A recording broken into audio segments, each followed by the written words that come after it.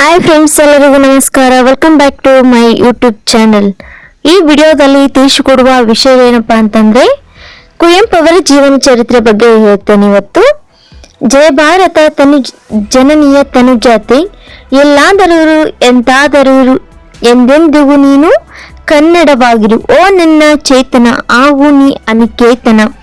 ಹೀಗೆ ರಾಷ್ಟ್ರಕವಿ ಕುವೆಂಪು ಅವರ ಹಲವಾರು ಕವನಗಳ ಕನ್ನಡಿಗರ ಮನದಾಳದಲ್ಲಿ ಹಾಸುಹೊಕ್ಕಾಗಿದೆ. ರಾಷ್ಟ್ರಕವಿ ಕುವೆಂಪು ಅವರು ಶಿವಮೊಗ್ಗ ಜಿಲ್ಲೆಯ ತೀರ್ಥಹಳ್ಳಿ ತಾಲೂಕಿನ ಕುಪ್ಪಳ್ಳಿಯಲ್ಲಿ 1904 ಡಿಸೆಂಬರ್ 29 ಜನಿಸಿದರು. ತಮ್ಮ ಪ್ರಾಥಮಿಕ ಶಿಕ್ಷಣ ತೀರ್ಥಹಳ್ಳಿಯಲ್ಲಿ ಪೂರೈಸಿ ಪ್ರೌಢಶಾಲಾ ಶಿಕ್ಷಣದಿಂದ ಹಿಡಿದು MA ಪದವಿಯವರೆಗೂ ಮೈಸೂರಿನಲ್ಲಿ ಓದಿದರು.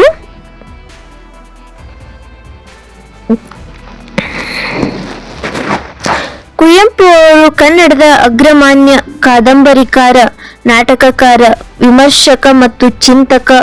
20ನೇ ಶತಮಾನದಲ್ಲಿ ಕಂಡ ದೈತ್ಯ ಪ್ರತಿಭೆ ಇವ್ರದು.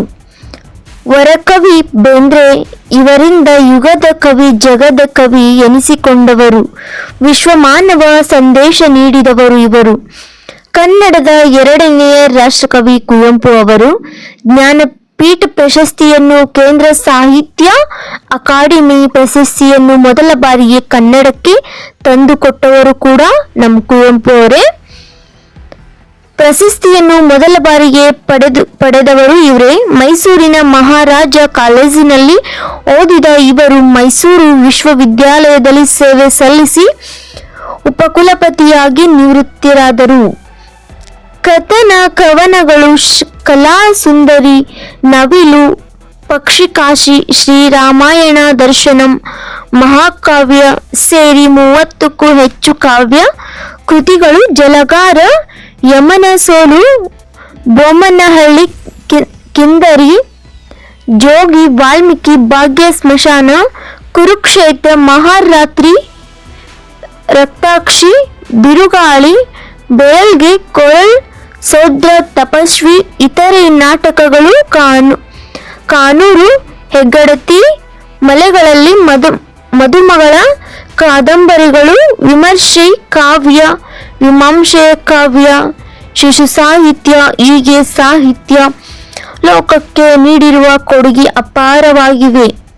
1937 ಏಪ್ರಿಲ್ 30 ಹೇಮಾವತಿಯವರನ್ನು ಕೈ ಹಿಡಿದು ಪೂರ್ಣಚಂದ್ರ ತೇಜಸ್ವಿ ಮತ್ತು ಕೋಕಿಲೋದಯ ಚೈತ್ರ ಎಂಬ ಪುತ್ರರು, ಇಂದುಕಲಾ ಮತ್ತು ತರಿಣಿ ಎಂಬ ಇಬ್ಬ ಪುತ್ರಿಯರಿದ್ದಾರೆ. ರಾಮಕೃಷ್ಣ ಪರಮಹಂಸರ ಜೀವನದಿಂದ ಪ್ರಭಾವಿತರಾದ ಕುವೆಂಪು ಅವರು ಸ್ವಾಮಿ ವಿವೇಕಾನಂದರಿಂದ ದೀಕ್ಷೆ ಪಡೆದಿದ್ದಾರೆ.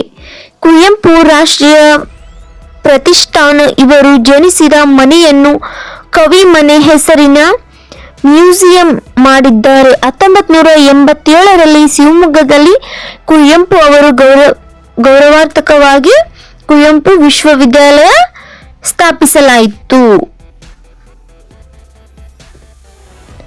ಇವರ ಈ ಕಿರು ಪರಿಚಯ ನಿಮಗೆ ಇಷ್ಟವಾಗಿದ್ದರೆ ಒಂದು ಲೈಕ್ ಹಾಗೂ ಸಬ್ಸ್ಕ್ರೈಬ್ ಮಾಡಿ. ಧನ್ಯವಾದಗಳು.